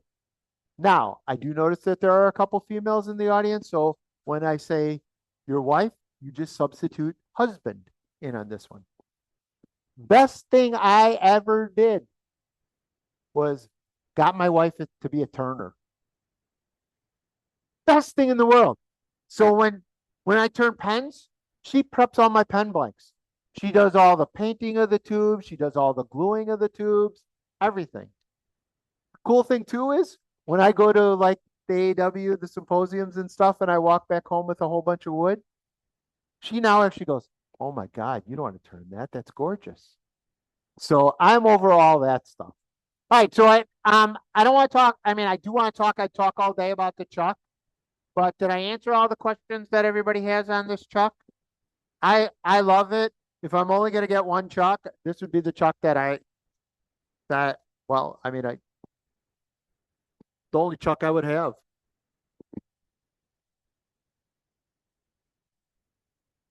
Sorry? So they're working on that one.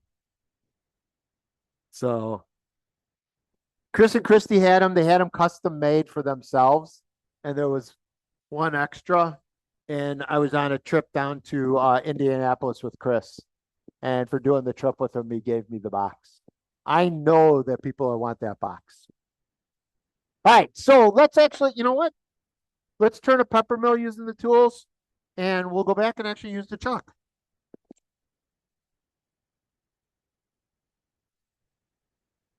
Any questions, comments, concerns?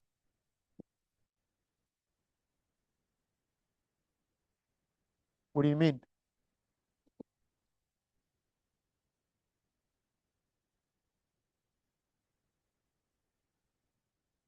Well, I know that I'm not going to go in. Sorry, I don't mean to come out wrong. I know I'm not going to go in reverse, so I don't do that.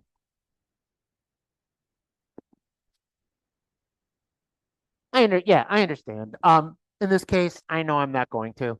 So, if I was to do that, I understand your question. So the question comes up is that there are little screws and stuff, and you could set this. For me, I don't know that I have ever really used my lathe in reverse. And that's just purely personal.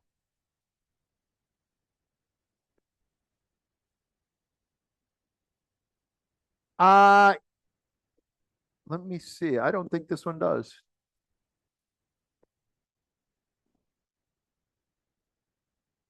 Oh, yeah, there's a set screw in here. Yeah, well, you know what? When I pull it off, we'll take a look at it. So I love doing pepper mills. So I will tighten it up. I'll use all the holes on here and tighten it up. So if you're familiar with doing pepper mills and you want to do that cove and stuff like that, right? I'm going to go in, I'm going to rotate this way. And then the hardest thing for me is if I want to go in this way and get that same cut, right? So I want to do on this pepper mill, or I could have done the smaller. We'll just do the taller one. So I got this little cove in here, and I want to make that cove. So all I'm going to do is going to switch to a bigger tool rest.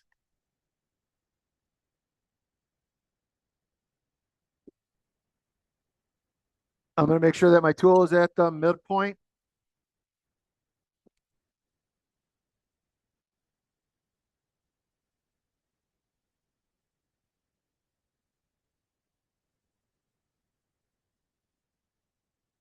Bummer with doing this is if I don't finish it, most times I finish them here, that I don't want to wreck this piece. So I will take it back home and I will actually finish the whole thing. All right. So now I want to make a pepper mill.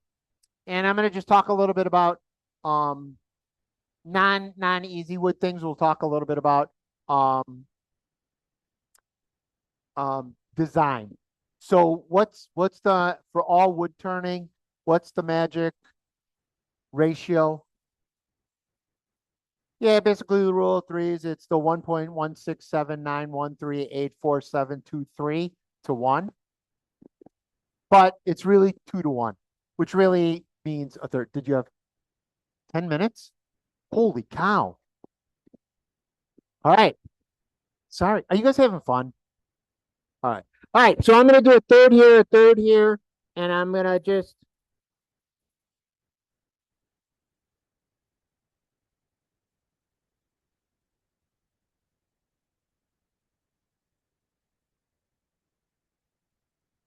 How easy was that curve?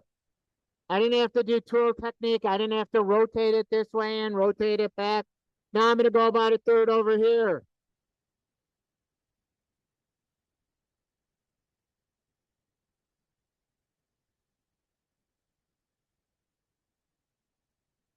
Pretty much got it kind of straight, right? So now I'm going to just make it kind of cool looking by giving it a little bit of a relief here.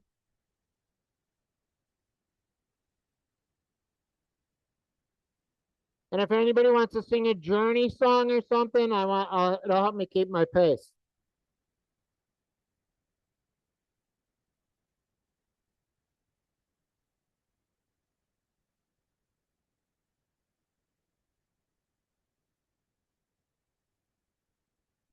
Not a bad shape. If I was at home, I'd probably take a little bit more time. Now I'm going to rotate it here and work my way down. Just simply rotate it here and rotate it up.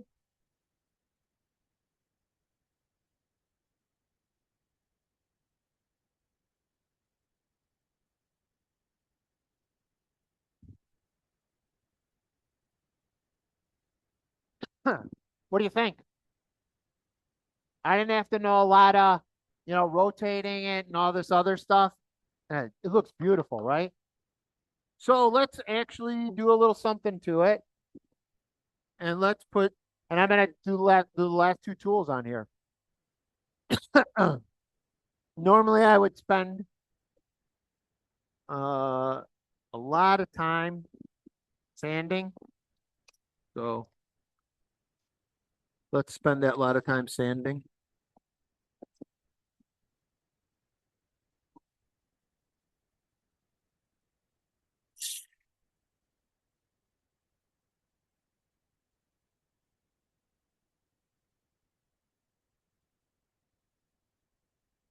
Going at a slower speed. Just trying to give myself a little something here to work on. So that's my lot of time standing. Now I'm going to put those beads in, right? And, you know, with traditional tools, with a skew, that's a complete skill. Fantastic skill. I'm going to cheat. I'm going to go right about there. I'm going to, because you can't see over, I'm going to engage one of the tips first.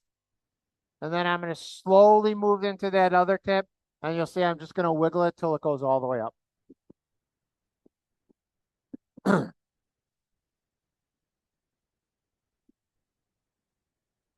So then I get up, instead of trying to hit both. So the question is, why do I only use one tip? It's because then I don't, there's going to, no chance that it's going to jump on me. I get around 12, 13. So.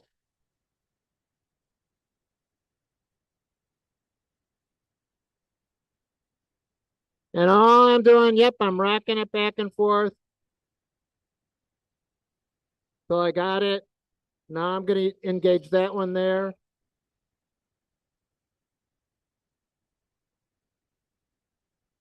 It's got a little bit of a jump. I might slow it down just a hair.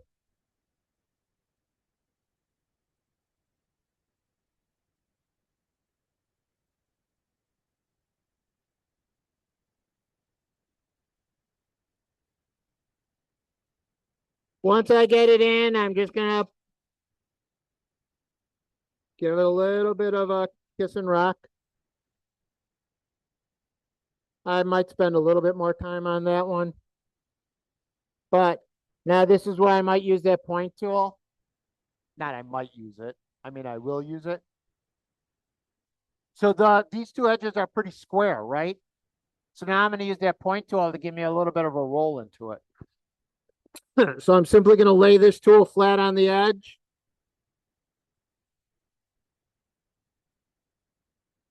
That rolled that top edge. Now I'm going to roll the bottom edge.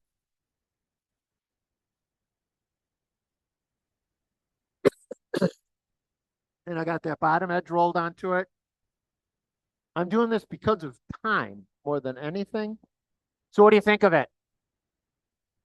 But you know what? Emerald would say we want to kick it up a notch, right? So can you see those lines in there? Normally what I'll do is, and this is what I'll do tomorrow when I go home and try to save this. Not try to save it, but save it to finish it. I just put a little sand on there. Now, what I'm going to do is I'm going to use the Easy Wood wire burning tool. Right? So now I'm going to just put it up. Normally I'll go as fast as the lathe can go. And I'm just simply going to hold it here until I start to see smoke.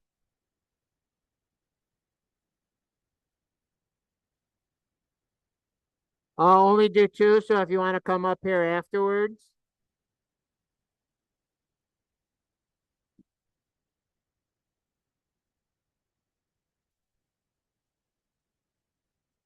Can you see the lines? And I would probably go in with some sandpaper and knock it down. So the last thing I want to talk about with only 1 minute or a couple minutes to go. What do you got? I mean, pretty easy, right? Thus the name Easy Wood Tools.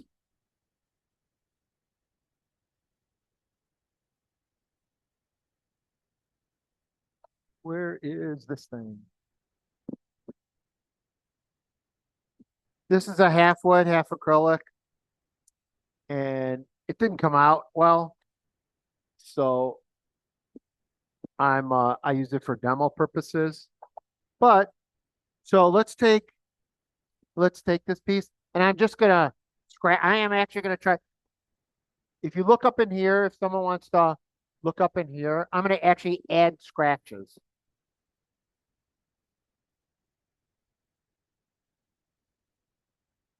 All right.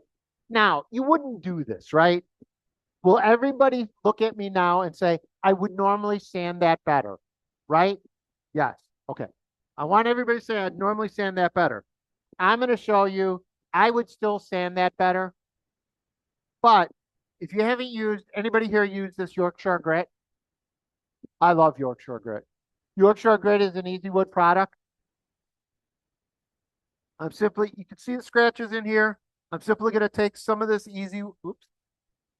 Wow, got warm in the car today. I'm going to, Yorkshire grit. And it's a, here's the big thing. It is a sanding paste.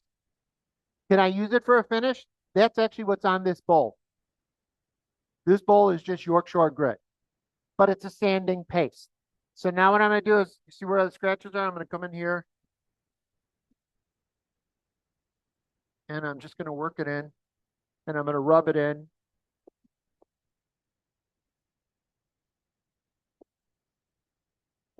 Okay.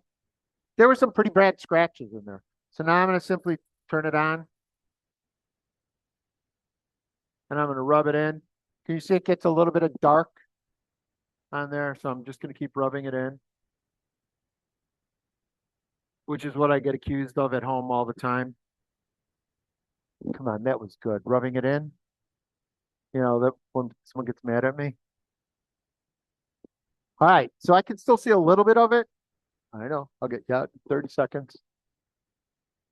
This one's made for acrylic. So now I will just put a little bit up here. I'm going to go into this acrylic part. Rub it in.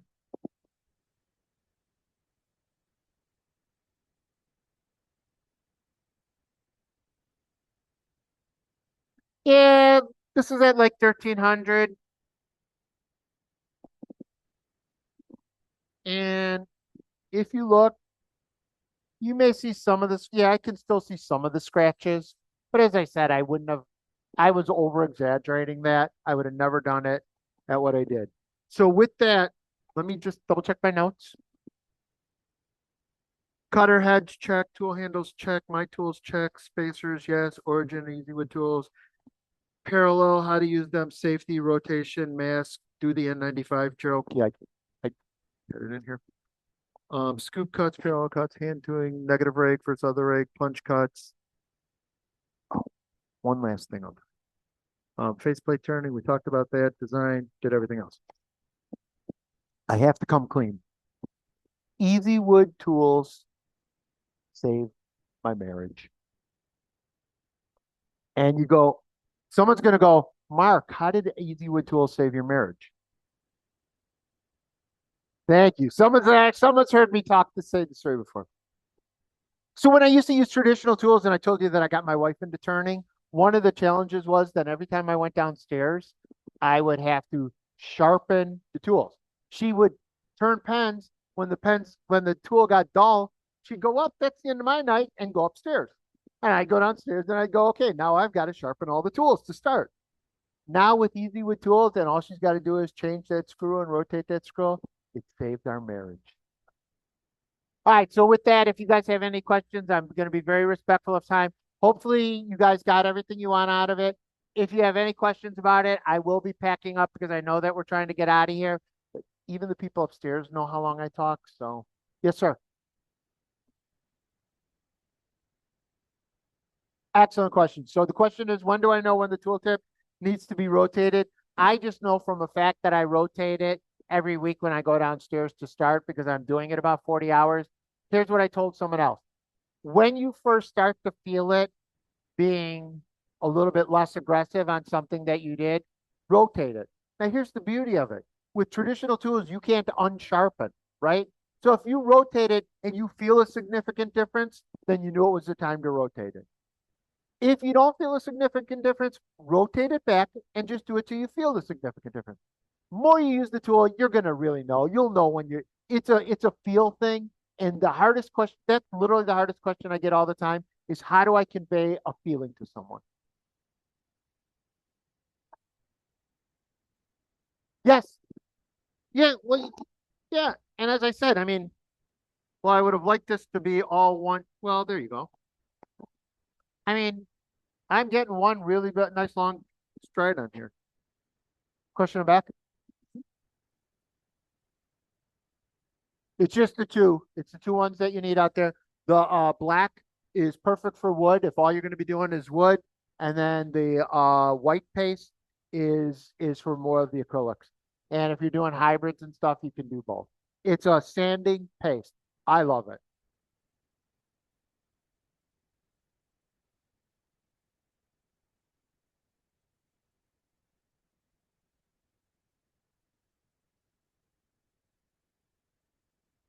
I think it's the latter. So the question is, does the negative rate cutter actually give me a finer finish?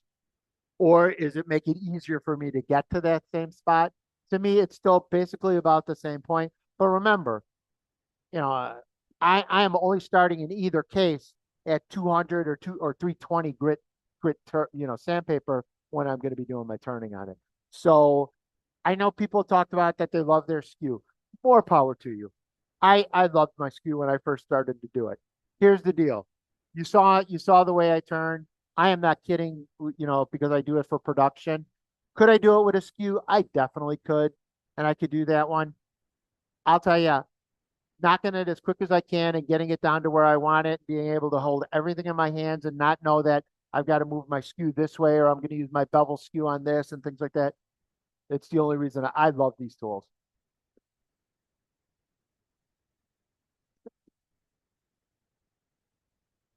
I will start packing up.